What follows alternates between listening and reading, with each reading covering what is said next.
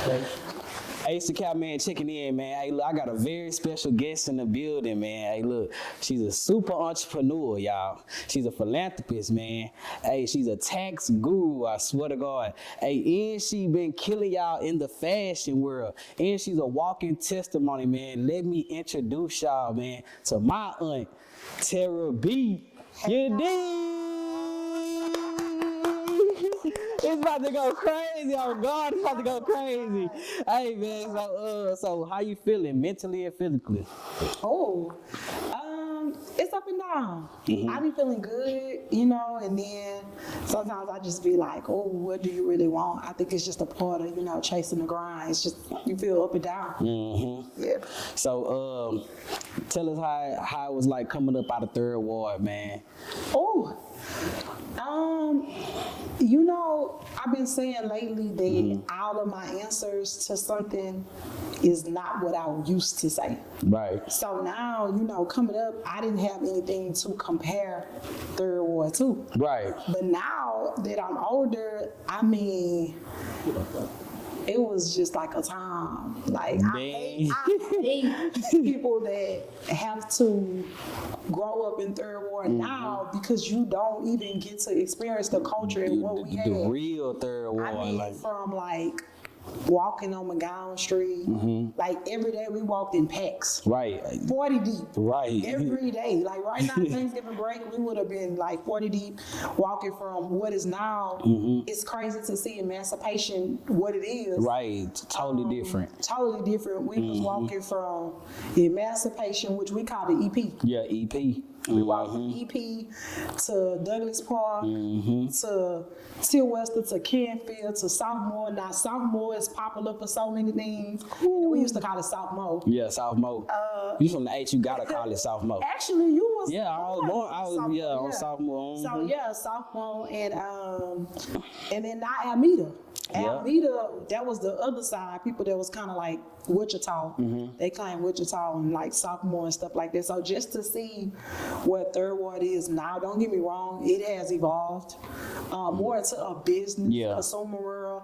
But growing up, man, it was such a beautiful place. Like, oh God, you always had a good food spot to go to.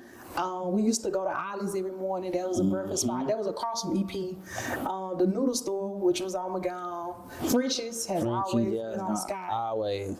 That's a staple. The burger, it was a burger man across from Yates. That's where everybody ate lunch at. So not by like the Wendy's way, but if you go to the CUNY home way. Yeah. Kind of like if you fist the right where everybody hang out on Holman, that's where we used to go eat for lunchtime. You actually had permission to go across the street to get lunch from this one man. You only could go there. So yeah.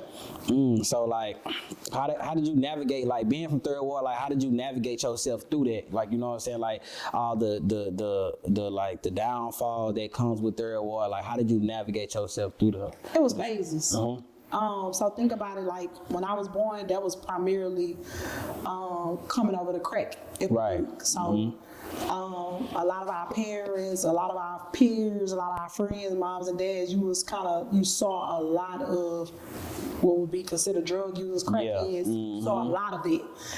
And then that evolved, so then you said drug dealers. That was the thing. You saw 10 people on a corner at one time, right? Yeah. Police hopping out. You would see the jump out boys. You kind of getting into that. But you also seeing kids play outside. You don't see that no more. So you saw Foursquare. You saw Double Dutch. You saw Jumping Jacks. They don't even know about Foursquare no more. God dang. You saw everybody like doing things outside where you went through the hoverboards and you went through, it was just phases, bicycles and stuff. You don't really see that anymore. Yeah. Then as you grow up, I started, making a way for myself, and now I'm hanging out. And I think that's where you kind of finding yourself. So you getting into fights. Yeah. You finding out what you want to do. You finding out who cool, who popular, what's considered lame at the time. And then now I even went through a phase of the gang violence. Yeah. Because coming up, we have gangs at all. And then, but I thought like 103 was like a gang, like not a gang, but like a clique, and it was like long from when how we know it, like our generation know it. Like I thought it was like Who was it? Like Junebug, all them like so from the before back. Junebug them even became, and shout out to Junebug, before that era came, before then, it was different groups. Right. So before my time, you went by your section. Yeah. So that kind of brought up Canfield, Napoleon, which is Napo, McGowan Street, DTA. Yeah. I don't want to leave nobody out. You know what? Shout out to this part because it's not there no more. But it was major across the freeway, Jefferson. So Jefferson, okay, nobody knows Jefferson had their own thing. Lucky 7. Lucky 7, yeah. CUNY Homes, and then when you get to Tilworcester, when you start getting the OST. It get real funny. Yeah. Because you know, once most people that's by OST, if you know, and if you don't know what OST is, that's like, I'll say the address. Then everybody know. It get weird. It get real weird. Right. You get right there because it was some apartments that OD and Corey. And that would mix up Third Ward, Yellowstone type of thing. Everybody in one. Yeah. And so when it was that was just what it was, right? So now people want to kind of identify, not even school, so schools start getting clicks. So it actually, from my part, I'm from the bottom. So I was the bottom girl. Right. BGs. So that's the name of BG. The bottom girl. BGs. And so they also had KOGs. You could kind of be in more than one thing, and then you had, and this went farther than your neighborhood. This how you was identified, because right now we got social media. Yeah, we have the MySpace and MySpace. So where people was kind of like claiming you by your schools. Right. You got LSG, Lamar Senior Girls. You know you. I remember that era. Damn. Yeah, you had. I don't want to leave them out, but you had the Southport gang. Dang, I forgot their name. I can't even think of it right now. But that's what South Walker them came up under. And then you had Mo City. You had They Click, the 100 Boys. Yeah, the 100. Yeah, the 100 was crazy. Yeah, 100 Boys. You had like I think it was like the Coke Boys, like Herm Clark had some before it was Herm Clark and Money Team. You had something way before that. So anyway, everybody know who y'all are. Yeah. Before that, not KOG, which was, and guess what? You're gonna trip out when I tell you the members of this clique. This is kind of like, I feel like, you know how like rap groups birth something else? I feel like cliques birth something else. Yeah. So you had Knockout Boys, KOG. This was when we was going to J.U. Hall, Stadium Bowl. This is kind of like Carol's parking lot type of thing. Eric Spivey. Dang. Eli Lemon. Ora Lemon, Avery. It was a boy named Corey and Jeff. You probably see Jeff around there, want to be like, I ain't even know this was, but Jeff, he kind of wash cars and do stuff. But you had like Xavier, it was a Xavier in that group too. That was KLB. Knock the shit out. Ain't no guns. They had them, the Knockout Boys, and they had made a young Knockout Boys too. Oh, they did? Yeah, they made a young Knockout Boys too. Yeah. So I feel like Eric was fun. It was funny. We all stayed in yard. So that, see what I'm saying? Yeah, see, okay, I see. I feel like it was tricky for everybody, mom and grandmama, because your grandmother, my mama, my daddy, your grandfather, stayed in South Park. And I'm talking about the Mr. Crestmont, Belmont, all that. That's where we stayed when we were younger, but we from Third Ward. Yeah. Mostly everybody parent or grandparent had a house in South Park. Yeah. Or MLK, dead end somewhere, but you from wherever you're from. Because that's where more of the stable homes was. So anyway, make a long story short, KLB was going against Herm Clark, they little cliques or whatever their name was. So that kind of phased out. Yeah. Probably my senior year, and this was Tonio, D. Brooks. Oh man, it's so many of them. It was really some classics down there. Y'all in your area, y'all got some classics. Yeah, I know. I'm about to say y'all had some classics in y'all area. I don't want to leave out. Oh, it's so many of them. I don't want to leave them out. But anyway, that started 103, right? So once 103 formed, now early. Yeah. South Lawn. South Lawn, yeah. YSB. YSB. See, you probably know. Yeah, Now, that's where we started came coming into in. you. That's when And we so, came in. the crazy thing about this is, and I just want to say this for the record, is that I feel like for me, because I'm dead smack in the middle of this wall. Yeah. I was there from the beginning, and I feel like I'm here because now it's kind of the end. And I got in it. Like, I'm going to this side, speaking how I feel, and I'm going to that side, speaking how I feel. And I feel like it should have been more people doing what I did as a woman. Right. That was kind of hard. Why you think why you think people wasn't trying to like go to this side, like, hey, look, bro. Right. I ain't care. I ain't give a fuck about none of this. Ain't nobody gonna fuck with me. And I said that. I'm not saying that I spoke that into existence because my fear, and it's crazy. I don't know if nobody even thought that I would say this. I only thought that only 3 people would get hurt. Right. And it's me, Player Red, and Drilly. R.I.P. Red. That's it. Rest in peace, Player Red. That was my only fear. Really? Was them 3. Anybody else? I'm just like, ain't nothing. Yeah. Us 3. Why y'all 3 though? Like, because for me and Red, we the only people that would book it. Yeah. Red, you not stopping him from coming to Third Ward. Yeah. He got his side. He getting into it with his own family, friends, and people saying, man, stay from down there. They wasn't even saying, we don't fuck with them. They were just saying, like, we don't want you to get hurt. By somebody that's trying to prove a point. Because by this time, other people were inheriting the beef. Yeah, they was inheriting. People, little brothers, people, little cousins, people who wanted to fit in that didn't even know where this started from. This started from, and I can't say the names, but this started from some way, what people think 103 in Yellowstone started from, it's not. Right. So when people started to inherit the beef, Red was like, I'm still going to Third Ward to fuck with whoever I fuck with from down there, whether it's Bean, whether it's whoever, if he just wanted to ride down there and gamble. He was one of them type of people where he did it more so of, ain't nobody going, I'm gonna go, I'm an outcast, I'm gonna do what I want to do. That was Red. Me, I had so much love for them. Like A-Rock, Daddy, Gitta, Chris, Dope Boy. Even though I'm gonna say this name because we have a hate-love relationship. A hate relationship. P-Rock. Yeah, P-Rock. Oh my God, P-Rock watching this. I think he's away right now. Yeah. P-Rock watched this. Yeah, P-Rock. It was love. That was my everyday. I went to Cullen. Yeah. Let me say that for the record, for a little part. And if y'all know, Cullen is in Yellowstone turf. Yes. That's Yellowstone turf. I went to Ryan. I'm Ryan Cub, but I went to Cullen too with Bobcat. So I had natural love for these people. Yeah.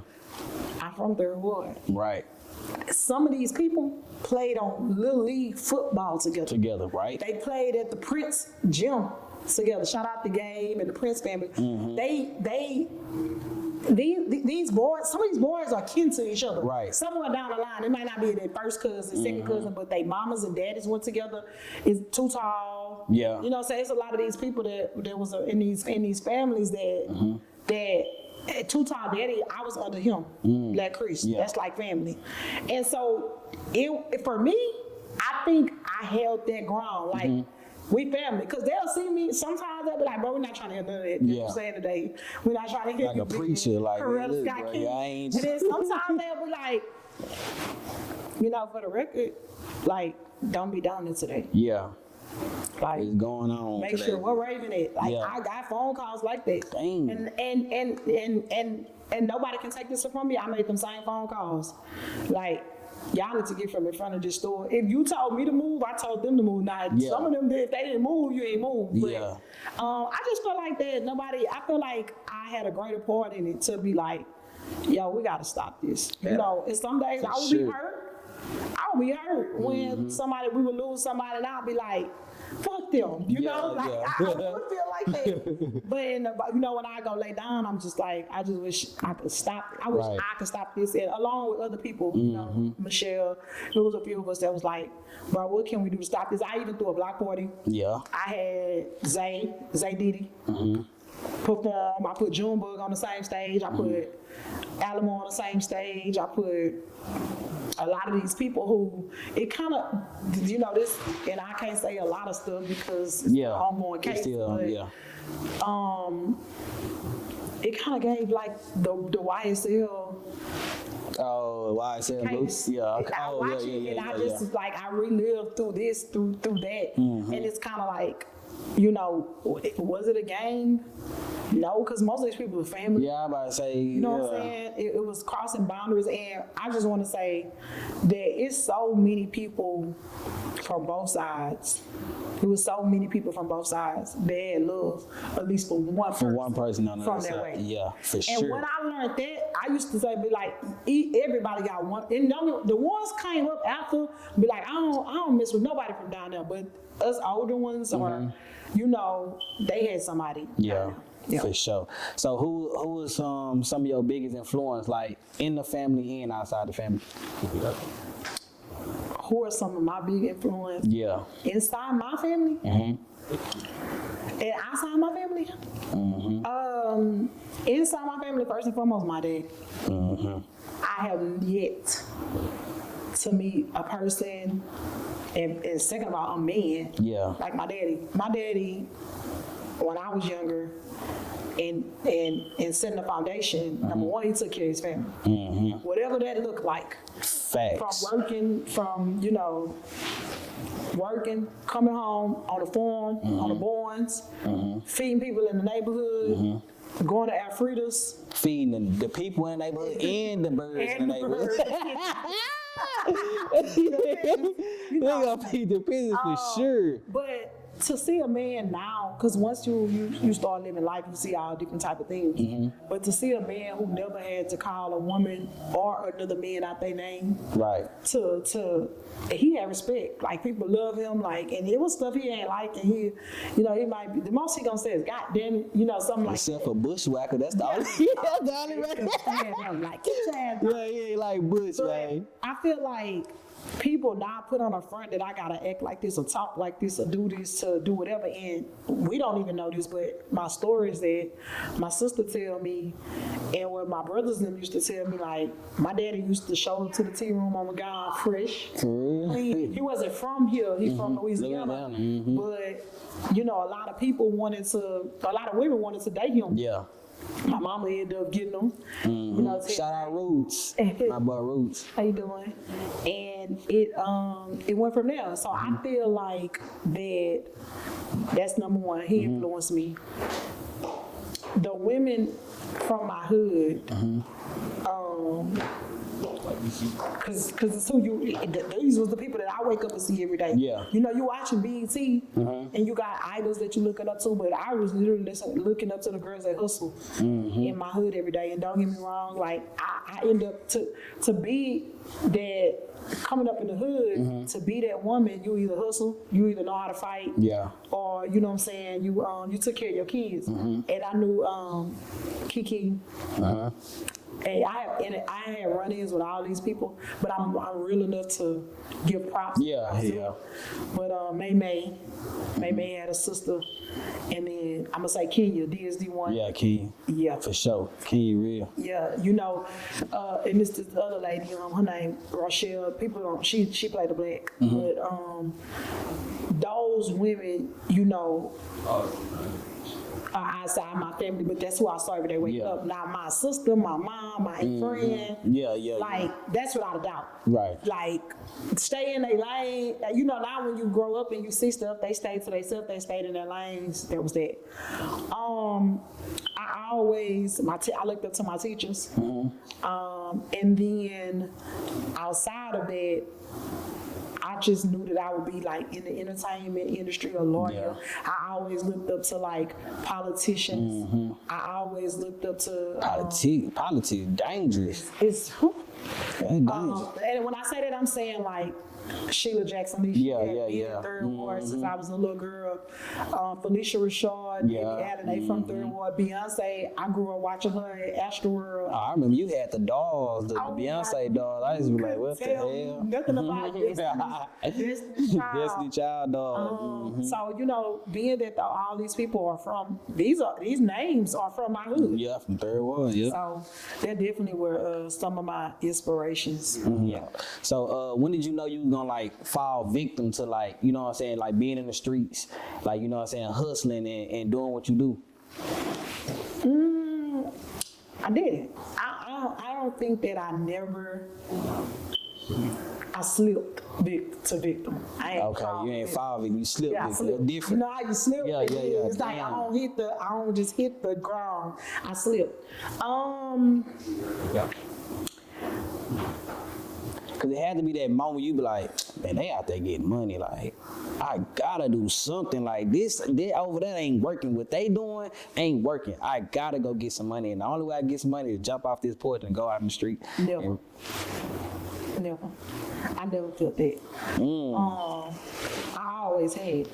yeah, My sister gonna make a way. yeah, My daddy, for sure. if he gotta sell the cans off of somebody else's truck, he gonna make sure I had.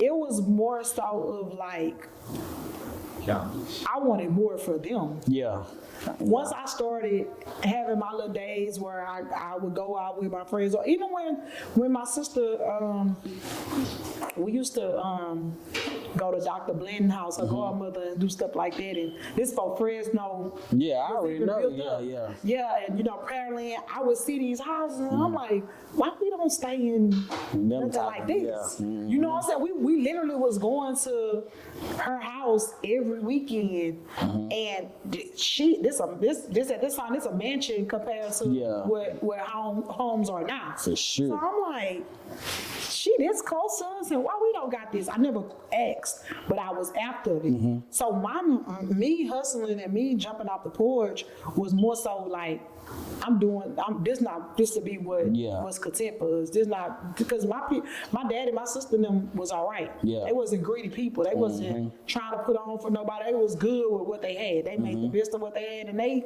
did a damn good job at it. We were poor, but we were blessed. Yeah, I about to say we were blessed for So, sure. yeah. So once I started, it took a while. It took a while before I started because I ain't gonna lie, I was scary.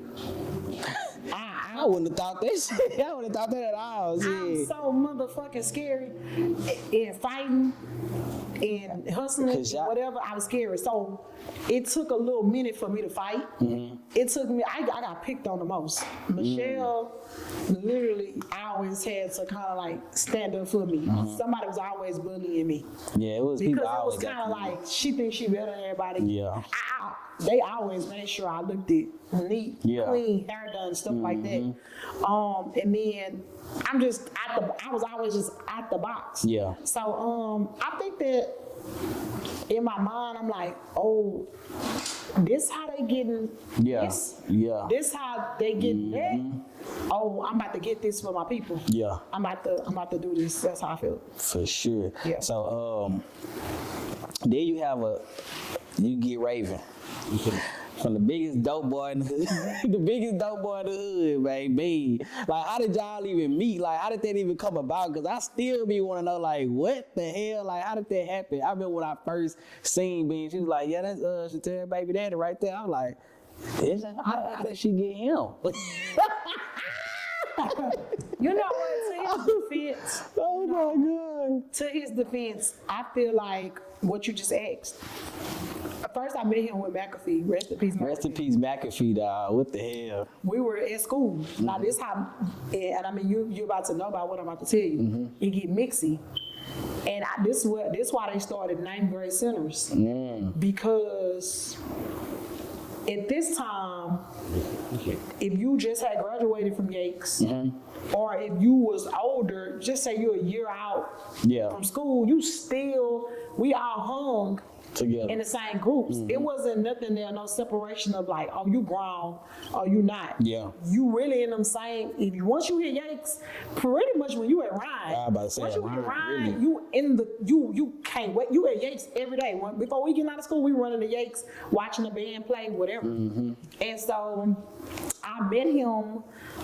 He was like, "Oh, you is?" Like one day, coming out of like he was dropping off his friends. Right. They were seniors. And at the time, some girls. And at the time, I was in 9th grade. So he was like, "Who you is? You know, what's your name? Whatever. I ain't never seen you around here." Right. Because I ain't get to come out. I ain't get to go nowhere. Yeah. So when I did come out, I had like a little shape. So people was like, "Who you is? Hello, who you is?" And I told him who I was. Well, I just said my name. He was like, "Oh, okay." And honestly, we just used to ride. That's how he liked to do his turn corners. Yeah. We just used to ride every day. It wasn't nothing out of terms. He ain't come at me sideways or none of that. He really didn't do that till like years later. And then I got pregnant, and I'll never forget. Like he broke the news and just like made it a thing. Oh yeah. Yeah, he told one of my other sisters and one of my friends, Helena, them. He told them, and they called me on the phone. It was like, Bean said that y'all about to have a baby. I'm like 16, 17 at the time, and I'm like, yeah, but I'm just holding the phone with them because I didn't care about nobody else. I was thinking about my sister and my daddy. I didn't care about none of them. I'm like, how I'm gonna get. I swear to God, I used to sit there every day and think of like how I could have the baby, and then I used, you know me, I think, wow. I'm like, man, I'm gonna just run away. I'm gonna just go live somewhere, and then one day, I think my daddy told my sister like, "Man, you need to take her to the doctor and go check." And then she like, "Come on," because Jose say he thinks something going on, and then he took me. And I just was telling somebody the other day, like, it wasn't no celebration. I ain't had none of this stuff I just had for my son. Yeah, I about to say gender reveals and all. Yeah, none of that. It was just like, all right, we're gonna take care of this baby. You can still go to school. You can still do that. And I did. I graduated, went to U of H. I had Raven on, let's just say I had Raven on like a Saturday. I went to school Tuesday. Damn. Like my sister was not playing. She was like, yeah, get your little pillow. Because we had like the toss test or whatever it used to be. We had that. And I couldn't miss it to graduate. And so that's how that came about. I was a teenage mom. Dang. So how did being a teenage mom like change you like as a person? It did, because they didn't throw me out there to say like, all right, most parents do. Yeah. You're a teenager, you want to have a baby? Yeah, go. I can't even lie and say that was my story. They really was more so like, I remember my sister vividly saying, no, you're going to be something. So I had got accepted to like any college you could think of, Spelman, TCU,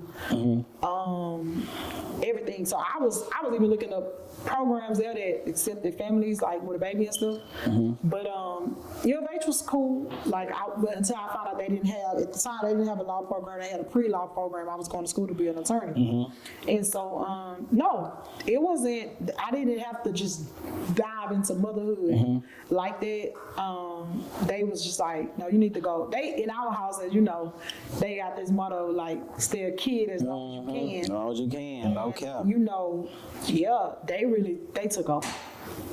So I did it. I was scared. I didn't know how to change that. I didn't really know how to do a lot of stuff. And her dad, he did. He was there. It was just kind of like, go do what you got to do. Yeah. You got to be something. Your baby going to be here. You know, you can get your baby anytime, but you know, you need to go do whatever you set out to do. See, nowadays people will be like, you didn't even take care of your kid, your parents take care of you. Like, people are like ashamed you for like your parents helping you take care of your kid and stuff like that. And I don't understand why, because it's like Hispanics, they all stay in the same house. And if you have a kid, everybody gonna raise this whole kid like a village. Yeah. So I the don't streets definitely ridicule me. Yeah. I had some hard days, and I used to like try to fix it and make up for it and do stuff. But I probably wouldn't be where I am today if they didn't allow me to still be myself and chase my dreams and stuff. Yeah, because that take a toll. And I had a village. You know, I had my sister, my daddy, then I had Kenya. I had Ronisha, I had Michelle, Kenji. I had a lot of people that at the time when my daughter was born, lady, they literally like would come every day, do something every day, pick her up, do it, but also the streets was just kind of like she never had her baby with her. Yeah. Like it was coming out, it was looking like, oh, she just leaving her baby on people. No, and then my baby got attached. Yeah. So all of these different people. So it's people who have kids, and you know, you got kids with good grandparents. As soon as you pick them up from school, they be like, oh, I'm going to Granny house. So I'm going to. That's what Raven was on. And if Raven wasn't on that, here comes somebody outside blowing the horn saying, where Raven is. So, Yep. So, how did you get into like doing like the taxes? Okay. It was a lady that used to babysit Raven. She had a daycare. And we was paying her to watch Raven while I went to school. And sometimes she would do it for free. And so one day, Raven dad was like, you know a lady that be keeping Raven? I'm like, yeah. He was like, I don't know what's going on, but something changed. Yeah, she's. I'm like, what? He like, man, she got a Porsche truck, you know, like. She have emotion. He was like, she doing good for herself. He's like, man, ask her what she do. You need to do it. Right. And I'm like, I'm not asking her what she need to do, like, because at the time she always used to be like, Terry, you so smart. Like that was her reason. She came to me. We used to get our hair done at the same place, and she was like, I'll keep her sometimes because I was taking the Raven to school with me. At this point, I'm in college. Yeah. So I'm taking Raven to school with me, and she was like, nah, you know, I watch Raven while you go to school. Or whatever. And so I asked her, and she was like, oh no, I'm a tax preparer now or whatever. She was like, I do it on the side and I make good money from it. And she was like, I said, you think I could do it? She was like, I know you could do it. She was like, you smart as hell. She was like, she wasn't calling herself dumb or nothing, but she was like, you very smart, you could do it. And so I called her probably like 3 months later and asked her about it. I'm like, you know, I still can get into that. And she was like, if you serious, I'm about to give you a list of things to do. Nah, for real. And she gave me a list of things to do. I did do them. So it was around this time, like, it's supposed to be tax season. And I called her, I'm like, oh, I'm ready. She was like, did you do a list of things? I'm like, nah, I'm doing it right now. She was like, I told you to do a list of things. So I did a list of things. We went to add Papa Do's. And she gave me the whole game, the blueprint. And she brought me in, and it's so funny to hear about it now because what people are doing now, she was doing 20 years ago. Yeah, I've been doing taxes for 16 years now. She was already doing it, so she charged me. She was charging me like $125 a person to put it in her system. But I would sit down with people all day, put everything in one computer, and go to her when I got out of work because I didn't want nobody to know that I was putting it in her system. And I would pay her I'd take a disk drive and put it in her computer and then transfer it all the people to her software. And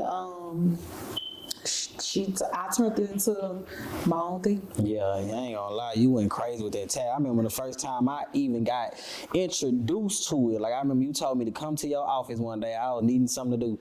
You like, come to my office. I need you to put some names in the system. I think you had me calling people. Or you had me putting folders together. I still remember them vanilla folders you had me putting together. I was like, man, what the hell is this, bro? I ain't supposed to be doing this. I thought I was about to go do some fun shit, but I'm like, damn, she got me putting in vanilla folders, and I'm like, okay, so she do taxes. Then I remember you talking. I remember one day you was in the garage with Zay, and you had that BMW X6. I want to say it's the X6. Yeah, it was a black BMW X6. Okay. And I remember you was in the garage. You was like, bro, I just got 40,000 off this shit. I was like, 40,000? I what? What you talking about? Like, hold on, I need to go get on that. So boom, I started like, I remember you let me drive it to school and everything. So I'm like, damn, like, this was like having money. Like, god damn, like, what did she do? So now I'm like, okay, I'm about to do whatever Shatera do. Like, everything Shatera do, I'm about to do. Like, I ain't gonna ask ask about shit. I don't want to ask for nothing. I don't want to ask for like nothing. I don't do it on my own, but I want to follow what she do. Like I just told him, I said, bro, the shit I'm doing now, if it wasn't for Terrab in my life, I don't think I either probably be doing something like crazy, like going to jail, doing all kind of stuff. Cause I knew, like, I was like, damn, like she doing this, and I'm about to do it. Like I know, like my family going through some shit, so I'm like, bro, I know if it's up to me, cause all the rest of them ain't doing that, so it's up to me to do this shit. So that make me cry. yeah, so I'm like, you know what's crazy that you're saying this though is that like I think everything come full circle because after my mom died, just my sister had me. Your mama was a big help. Yeah. Like I ain't gonna even lie to you. And she was standing on sophomore. She was a big help. And when my sister had to go run and do something, or just if it was just regular days, they swapped the kids. JJ and them would come. I remember you used to come on my house. I still remember that. And everything. You know, your mama being there laughing and talking, so they really helped each other out. And, you know, your mom at the time, and people don't get this, I tell you this all the time, like my generation of coming up, we didn't have all these entrepreneurs we and all these people to look up to your family for money wise. You looked up for people for morals and values. You knew we're a family, we stick together, we're gonna figure this out together.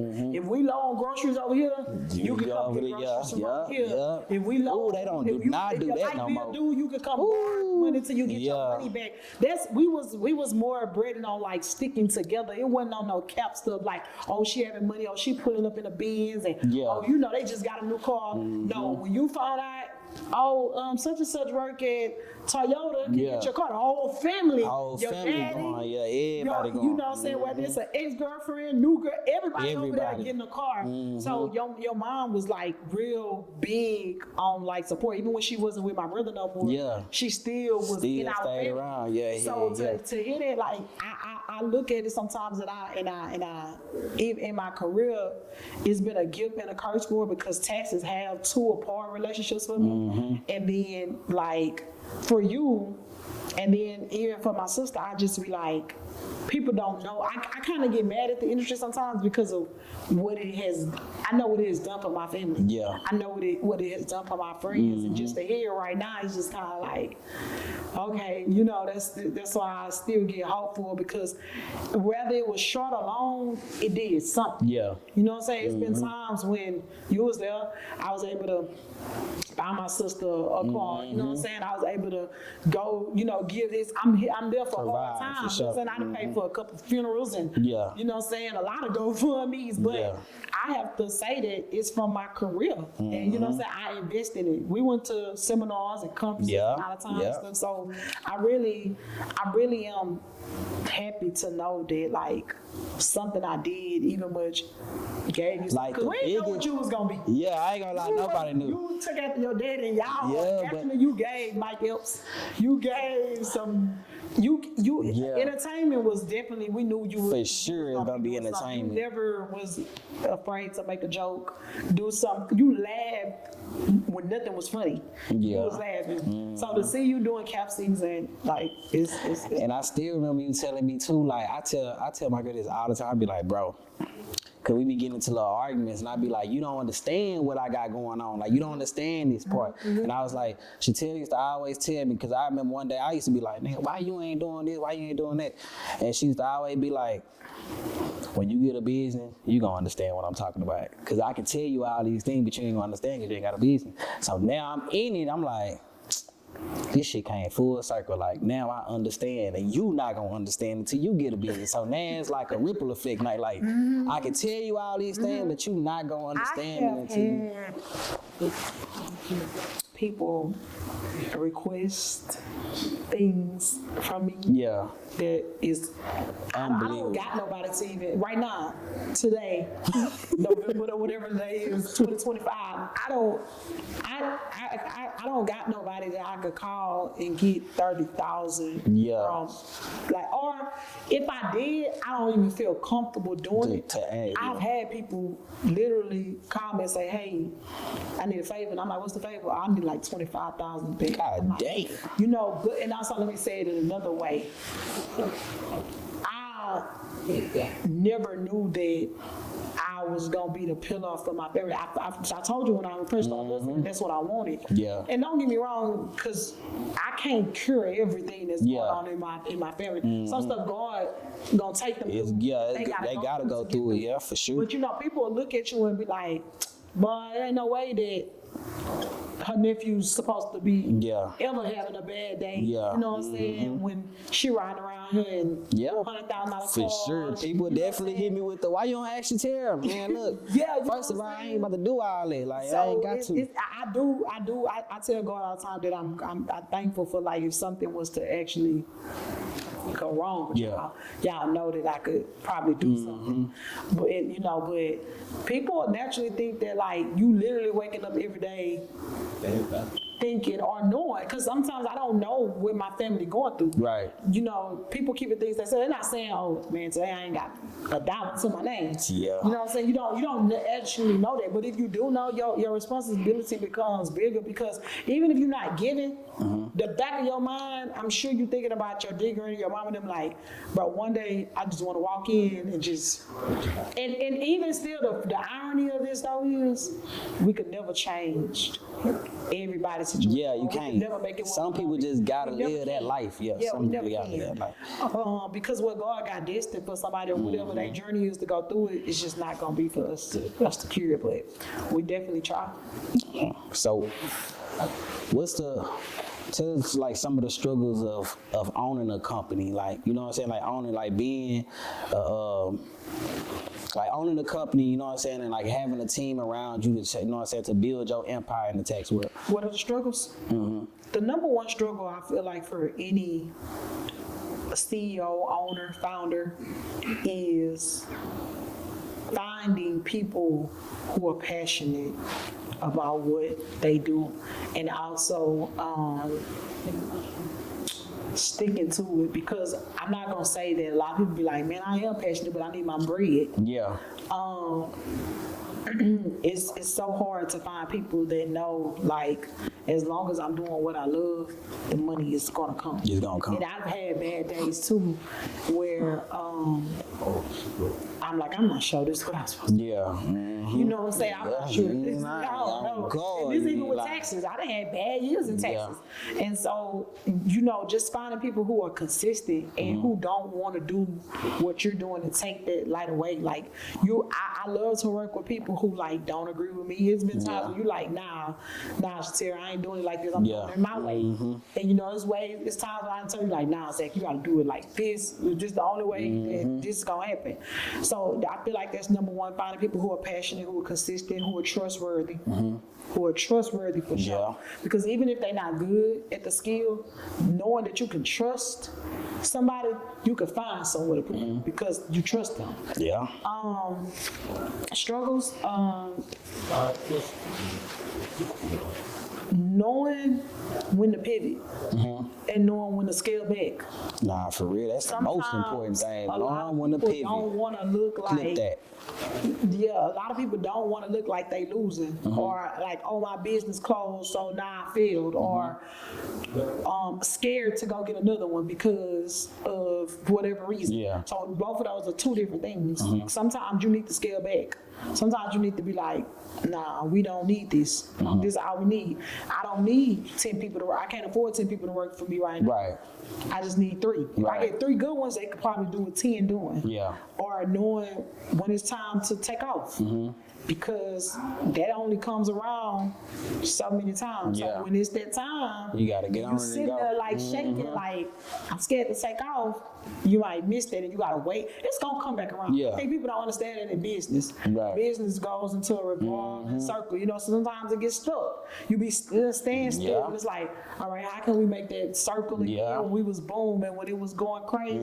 How do we get that? That just comes with new ideas, new minds, like, you know what I'm saying, like taking new risks with your business and stuff like that. I told somebody the other day that Beyonce constantly she don't be doing things that's outrageous all the time, but she constantly feed people. Yeah. She feed them. She feed them. She keep giving you something, even when you think when she cold, she give you something else. So it depends on what type of business that you're in.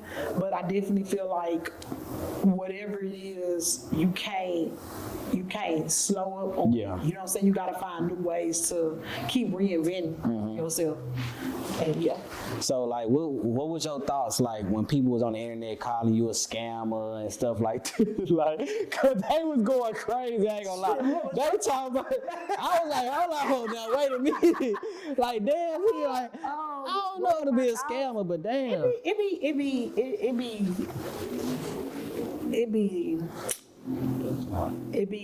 Sometimes it's who said.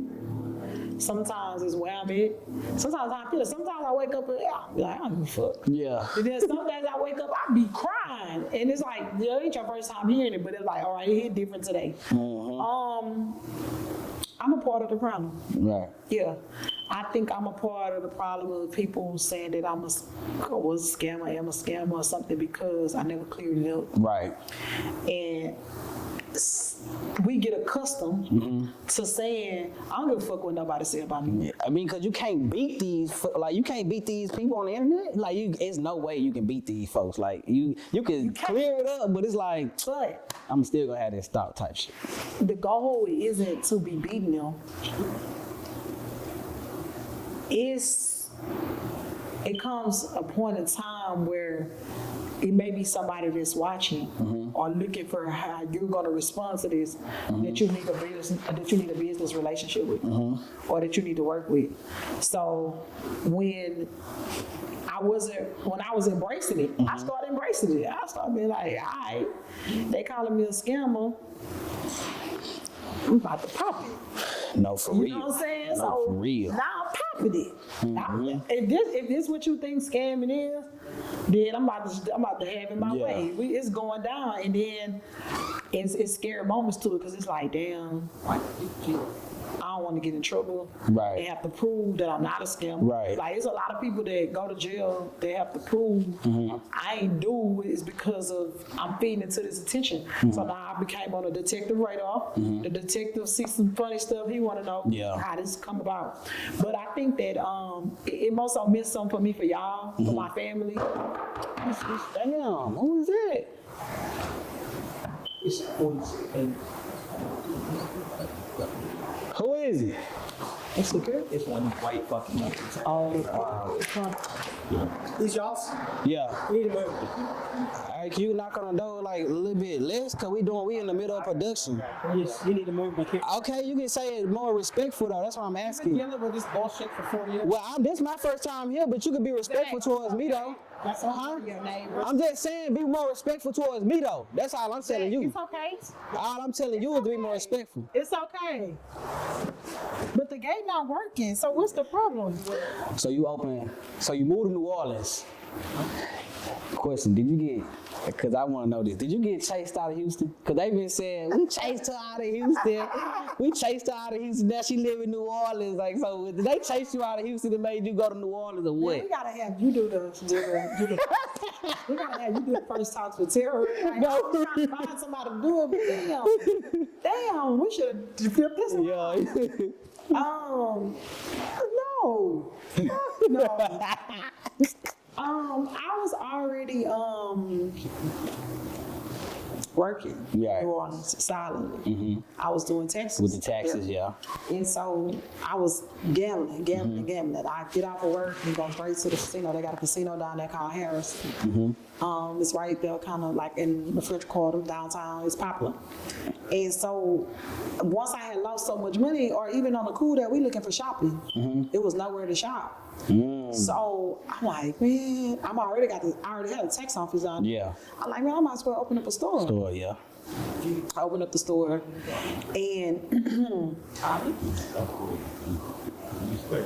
I think that I didn't know at the time because I had Teddy May here and I had just closed it.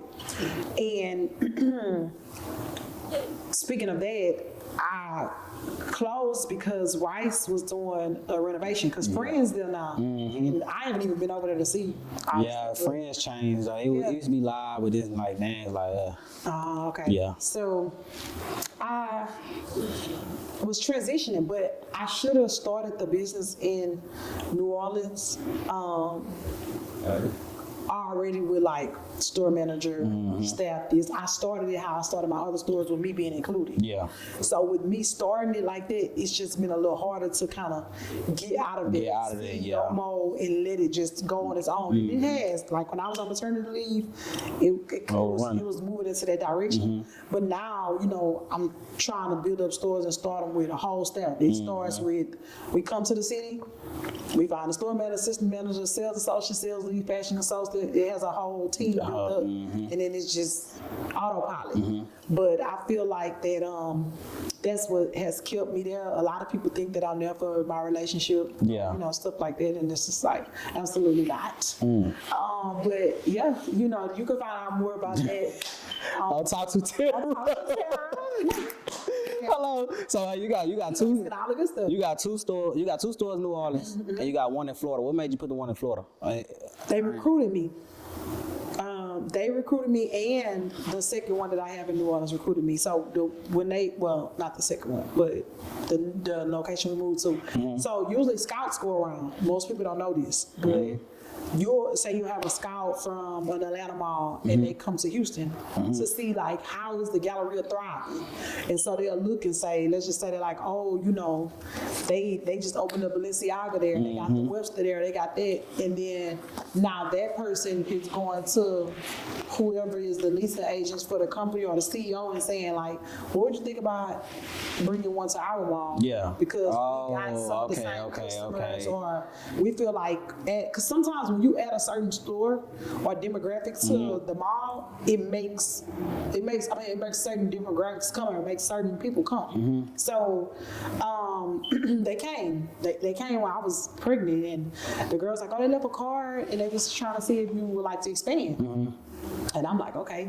And this is a different ball game because when they're coming to ask you to come to them, it's not as hard as you coming to them. They kind of want you. So, you know, they've showed me a lot of love, and that has a lot to do with your lease. That has a lot to do with, you know, the reputation you build, and it has not been easy. Right, I'm already knowing. And so, but yeah, that's how that happened. So let's talks with Terrab. Okay, yes. What made you want to get in the podcast world? I don't. What the I hell? always wanted a TV show. Oh, okay. So that's the part that we are in the team is trying to find a fine line in this, because the other day I was like, no, y'all, I kind of want the live audience. I kind of want the Tamara Hall. I kind of want like some Wendy Williams, all them type shit. Yeah. I want Me too. I want a doorbell ringing and change the lines. I want to do that type of thing. So I'm like, and that'd be cold. I want. If you pay attention right now, most people who do have a podcast have a separate show where they're doing something else. So like we talked about Cam Newton, he has fourth and one. Then he has the Cam Newton, his podcast. He's doing the Freaky Fridays. Freaky Fridays. And he on the Club Shay Shay. Him and Ocho. And then you have It Is What It Is. And then talk with, Cam have his own thing. Let's talk with Fleet. No. Cam got Freaky Friday. He got the what's the name too? Oh, Cameron. Oh, Cameron. Yes. Oh, yeah. Cameron with he got it with Mace. With Mace, yeah. But he has his own thing where he do his interviews now. I ain't seen it. Yeah, so everybody kind of have like that in a segment where you're kind of doing reporting and talking. So I want the reporting studio. Like I want to seem like we're at news, Channel 5 News, and then which would be kind of like Tea with Terror. Yeah. Or, something Man, like that'd be that. cool. So I'm what they definitely been showing saying on out. my story is Terror No Chaser. And so then that's just me raw, uncut. Yeah. And then Talks with Terror would be more of my show. Right. Me talking to. So, like, what type of, you know what I'm saying, guests do you, like, want to bring on? Like, what? If I could be the Carisha, I think you should do it, like, replace her spot because she ain't really doing no. yeah. If I could go for that in my area and start dominating, like I definitely want to touch the Molos, J Malons. Just to say I would dominate. I'm cool with Molo too. Molo just hit me in the DM. Yeah. Yeah, she just hit me. Yeah. Shout out Molo. Yeah. I just went off on her on the text. One of my creative directors be like, bro, these messages that you be sending be wild. I'm like, I know them in fucking real life. I ain't, Yeah. Molo me and cool. Molo started out together. Molo was like, For real? people always. Damn, that's crazy. Yes, like That's crazy. we had some moments and like I'm gonna say we were kind of like what people be looking for, like accountability. Yeah, partners and yeah, stuff. So before she used to have a store. Mm-hmm. Yeah, she was like, I'm an inspiration for that. She used to literally, she sold like more of like sexy stuff, Yeah. mixing type of wear, like things in that nature. Bottle girl type Bottle shit. girls, Yeah. just girls who wanted Yeah. to go out, come in this town, wanted to be sexy, parties, Oh, that's all that yeah, type of yeah, stuff. I had plus size. I had everyday casual wear. She would literally send anybody in there to me, and anything I had, she was popping up. She was there first. She was kind of like. That's hard. And, doing that. And then when she first got into promoting, which I gotta say, this for Tasha Terra, she had a little moment and like I'm on the phone, like, no, let's pray right now. Like, no, let's get this. And this was before she pivoted and took over Houston. Molo, yeah. She was on that up and up, and this was when clubs was kind of playing with her. And so yeah. Dang, that's crazy. Even Jay Malone. I'm the first person. Yeah, bro. Jay Malone, dog. I ain't gonna lie to you, cause look, I remember one day. First, I met her when I was working at the store in 3rd Ward. I was working at the store, Teddy May, in the lot with what the goddamn lot is, Live Oak, boom. So I remember she came in, she pulled up Lamborghini. I'm like, hey, I remember you calling me and telling me like, Jay Mulan about to come in now. I was just like, who the hell is that? I don't even know what it is. But anyway, she came in. I'm like, oh.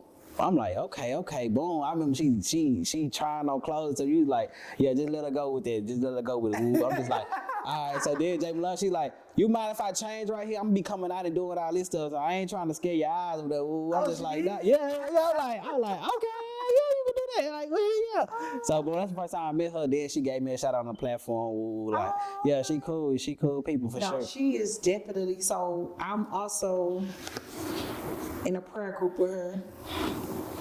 She has her own prayer group.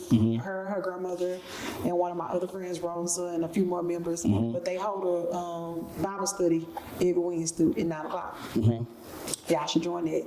But I was the first person to style her for one of her major shoots in Houston. She and that went crazy. And then DJ Eric, I've been with him since the very, very early stages of his career.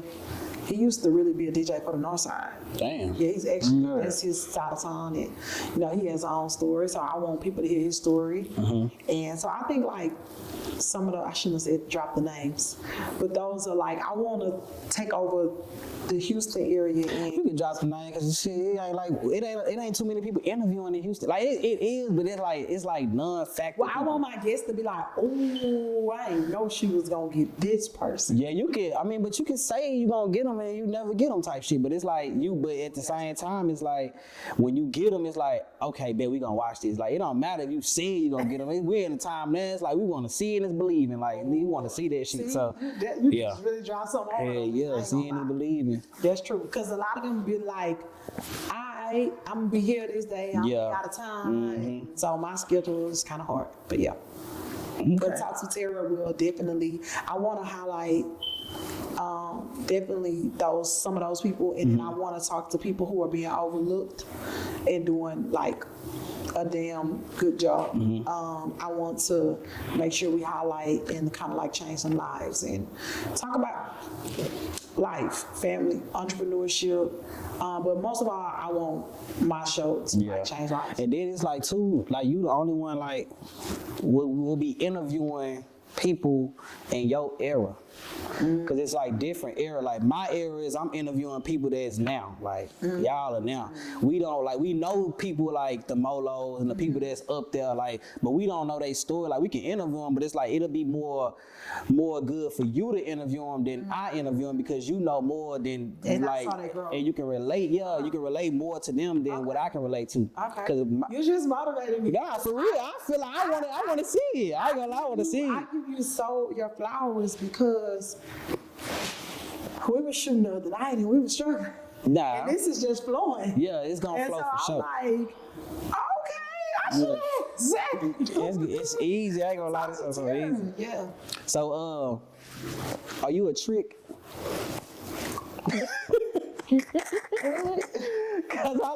Cause you been making money. You know, it's like people that like a lot of women that make money like to trick on their man. I don't know. I think that, and I was like, wow, I think that I have not killed some men because I had a problem with even like, what's the word I want to use? I was gonna say I had a problem with giving when I'm supposed to give. Right. In a relationship, you give and receive, right? I started not giving because of this stigma that was out about me that like, oh, he want to fuck with her because of her money. Her money. They really needed me, and sometimes that I was just kind of like, I don't want nobody saying that I did this because of that. And I'm not a person that even care what people think, but I was doing it like unconsciously. I wasn't like, oh wait, snap. The fuck? This is my partner. You know what I'm saying? Like, that's the mixed up. Like, it's a difference if people just fucking with you for your money. Yeah. Don't get me wrong. It get real cloudy. So you don't know sometimes, even if it's your partner, in the beginning stages, people could put on. They could juice you up, take you out. It's a trick. Like I'm gonna give 1,500 because I know it's gonna come back and be 10,500. Right. You know what I'm saying?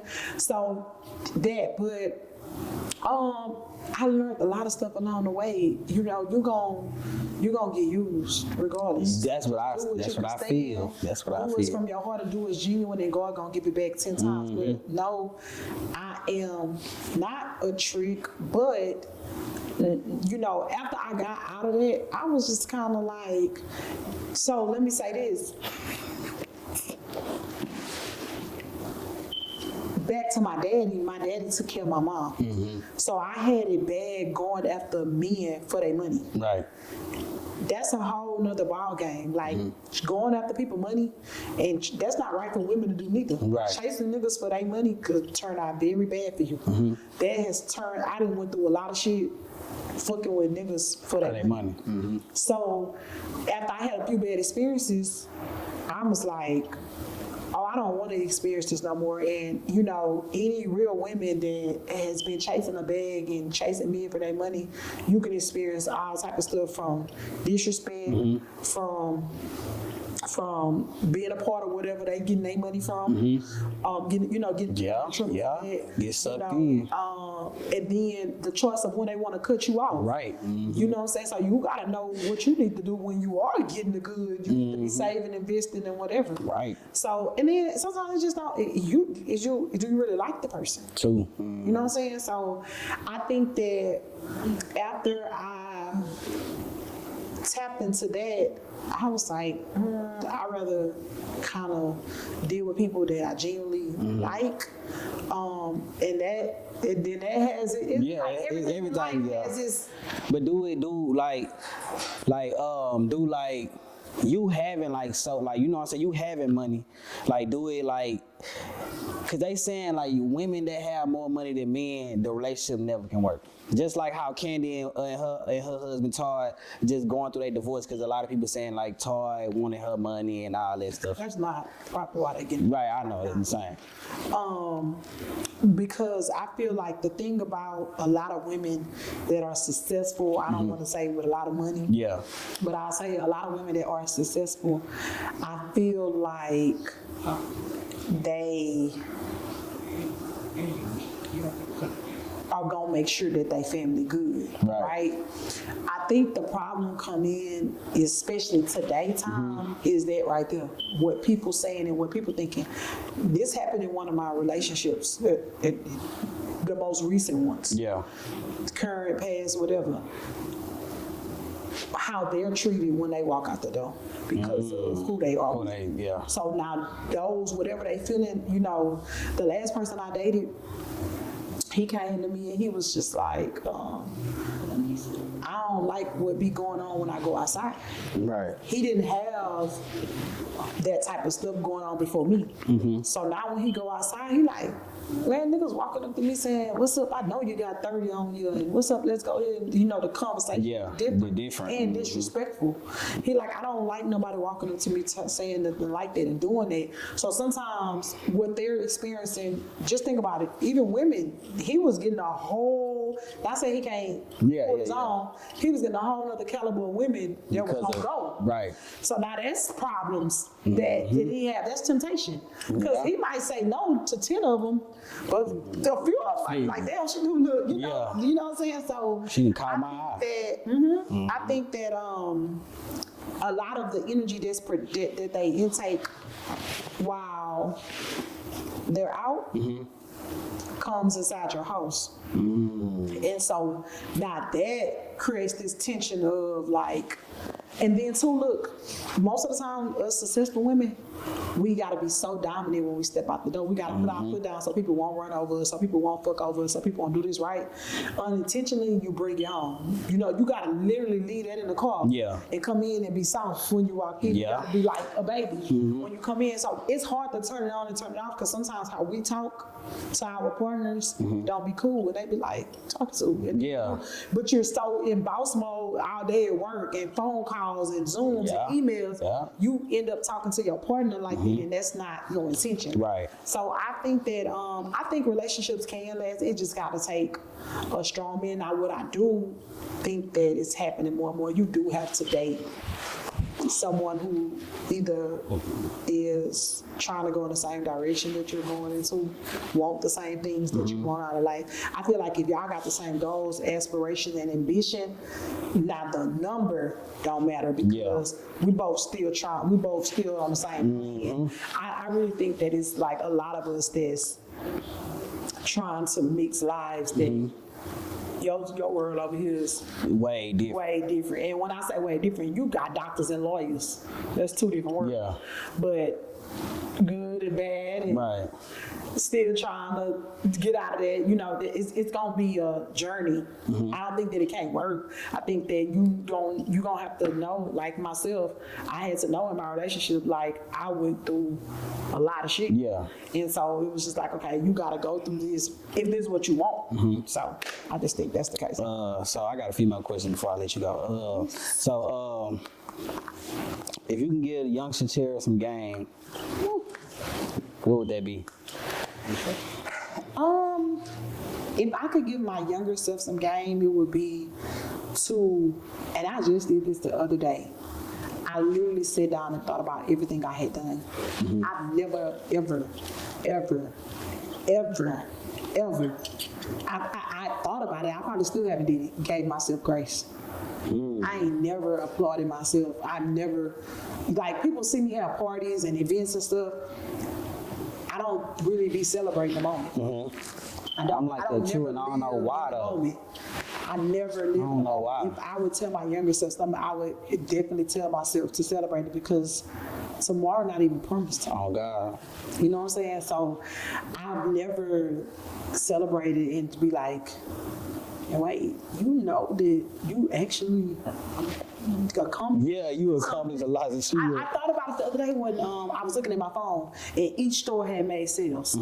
I was able to look at a Florida sale, New Orleans, yeah. two New Orleans Two, sales, yeah, and I'm yeah. like, damn, I'm not in none of these places, and they all Doing numbers. good, yeah. You know what I'm saying? Like, I can go to sleep and wake up and look at my phone and I made some money. Yeah. So I would tell my younger self that. I also would tell,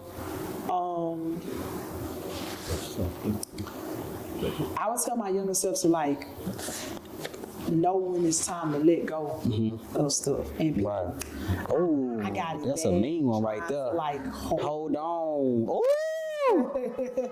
yeah, like I'm gonna hold on, and when you hold on and God say let go, the longer that you hold on, the more you're gonna go through some stuff. But it's like, what's that let go? Like, I know God will say let go, but it's like, You'll feel it. right, You'll okay. know. You will know. Okay, You cool. will know,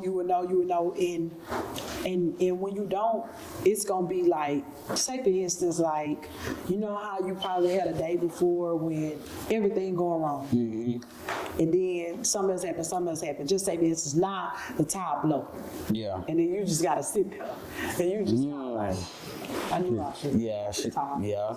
I knew. I already heard it. Oh, that's a seen good- I yeah, seen that's the a light good on the dashboard, and I ain't stopped. I just said like, all right, I'm gonna do it later. Yeah, I'ma do it later. So now I'm stuck. Now I'm on the road. Now traffic coming. Now I'm about to get hit. Now I'm supposed to have a wreck. Think about that domino effect of like not paying attention when the sign came on, when the red light came on. You kind of got warnings. You put a patch on it. When it got it, you went to the tire shop. You got a patch. Yeah. Boom. It's like, damn, I just got this tire fixed. So it's kinda like knowing, like you gotta kind of like tap into that. Okay. So some people, I asked some people on Instagram what they want to know. They asked like, can you give us some like entrepreneur tips? Like, you know what I'm saying? Like, how does it feel to touch $1 million? Like, people want to know that. How does it feel? It depends on where you at and what you're doing when you make it. I've seen it in different times. So say for instance, I didn't have made $1 million in the middle of heartbreak. Right. I couldn't enjoy it. That makes sense. I'm like, ain't even thinking about it. So what did you do? Like, you go just go shop? Like, I'm just gonna splurge. Fuck it. See, in the middle of heartbreak, yeah, I went about a bunch of shit I ain't even much did. What's your biggest purchase that you ever had? Like your biggest purchase? Like, damn. Like one time, Yeah. like in a day.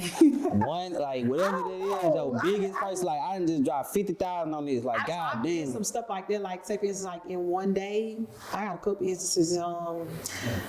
In one day, I bought a necklace.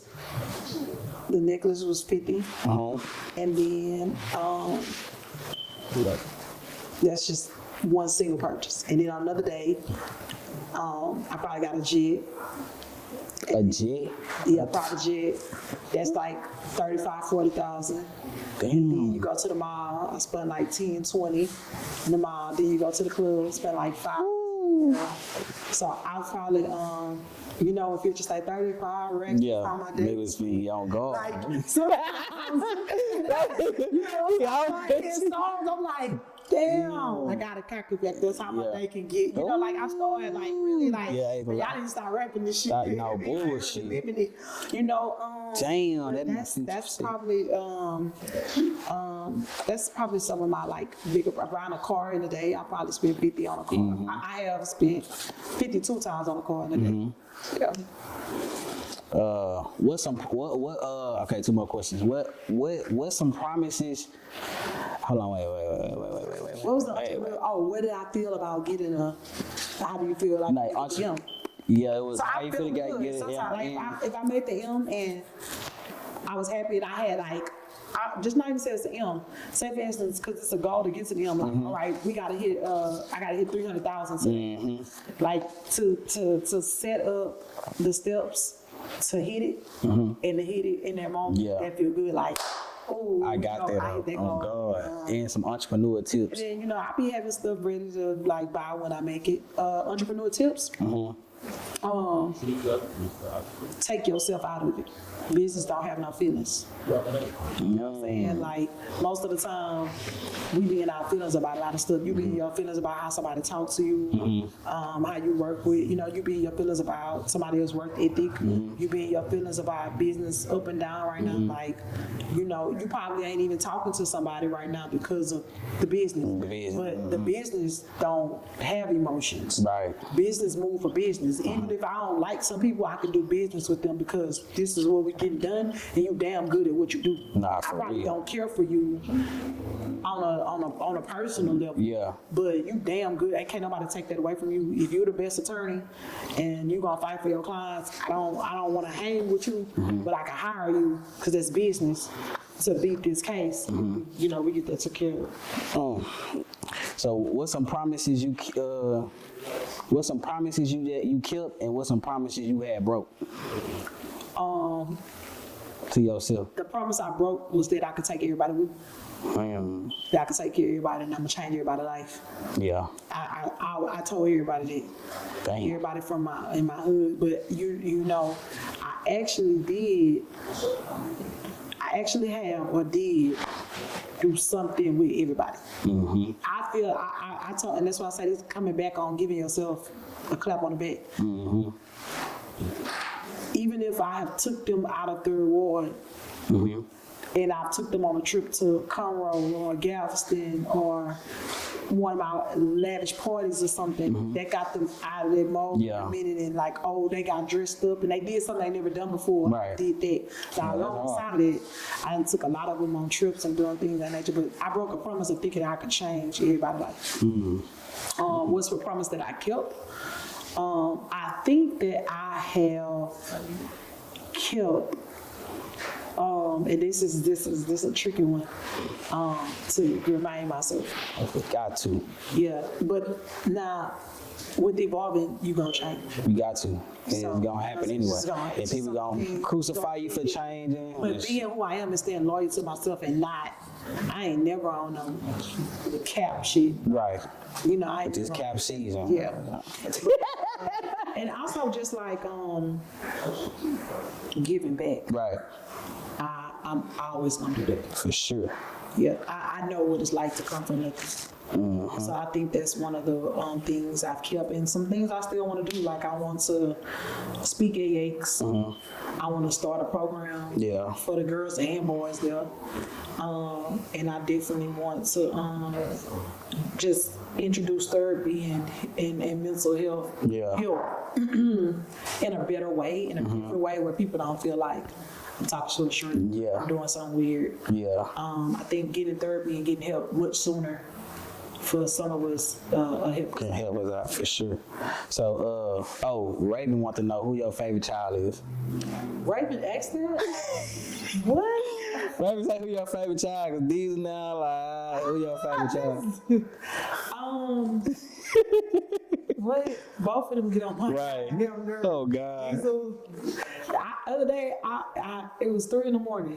He woke me up for a bottle, and she woke me up for a fight at a college party. And I'm like, nobody could never told me that I'm waking up at 3 a.m. Football, yeah, too, yeah. She really on the phone crying, telling me why she mad. He crying.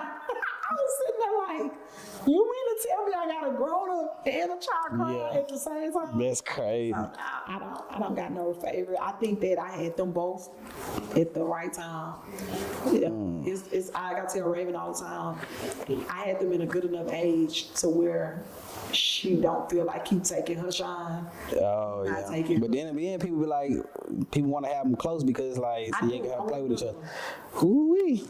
Yep. You was about to do surrogacy, but what happened? Like you say, you just got pregnant. It's like fuck it. I thought I couldn't. Yeah, I thought you couldn't get pregnant. Oh, okay. So, my last question. What made you go slap that girl in the club? This is caps. Oh my God. Oh my God.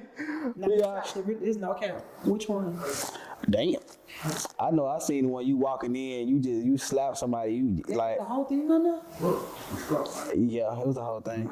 And you walked in, you was in the club, and you slapped somebody in the club. She had put a gun on me. Oh, Yeah. yeah, you got a reason to get slapped. So I just felt like that was my lick back because I had told her like, Yeah, don't do that. You're not going. Would you say that and you really don't want the person to use Right. it? You know, we say some dumb shit. Nah, I for don't real. pull it unless you're gonna You use it. But if you use it, you know. The rest is on Talks with Terrab. Any last word before we close out? Thank you for having me on Cap Season. I think everybody needs to rap with Cap. Nah, for sure. Like, I just want to give you your flowers. You have to come on Talks with Terrab and we'll flip this. You know, I'm definitely coming. But no, I'm so proud, and I don't follow Cap Season because when it first started out, we used to bump heads. Yeah. Because I didn't understand his journey. Yeah. But I have to go on there sometimes because I follow you, and I think Yeah, you be yeah. on your page. Be on my But page. then everybody send it to me because you'll be keeping up with a lot of stuff. Mm-hmm. So I do go on there and I come in sometimes. But I'm so proud of the blog that it is what's to come. And I just told you even off camera that Next- you know it's Next year we at the BET Awards. I said For that. sure. We at the BET Awards. I wrote you and told you something about one show I was watching. I'm like, you need to be there. Yeah. But you need to start. I don't know if you be tapping in and sending your credentials in to get on some of the red carpets, but I do. Like some people be reaching out. Like some of the red carpet stuff they reach out. Like Dot Network, they reached out and stuff like that. Like some stuff with Zeus. I done met some people through Zeus. I done met a lot of people. I ain't gonna lie. I'm just like, damn, I mean, so many people. Like this shit crazy. Like yeah. But yeah, it's just all about like I'm learning as I go. Like I'm still learning. I still got stuff that I be wanting to do. Like finances be going like coming in the way of things and stuff like that. So I don't be really trying to get mad at myself or bring myself down because I know it's like certain things like it just happen. Plan ahead. Yeah, plan ahead too. So you know everything that's coming up that you feel like aligns with your brand. Plan ahead. Nah, for sure. Well, hey, it's the Cap Man checking out, man. Hey, look, Talks with Terrab, man. Hey, make sure y'all tune in. It's coming, man. Nah, for sure. And I appreciate you for coming on my platform. Yeah. I'm out.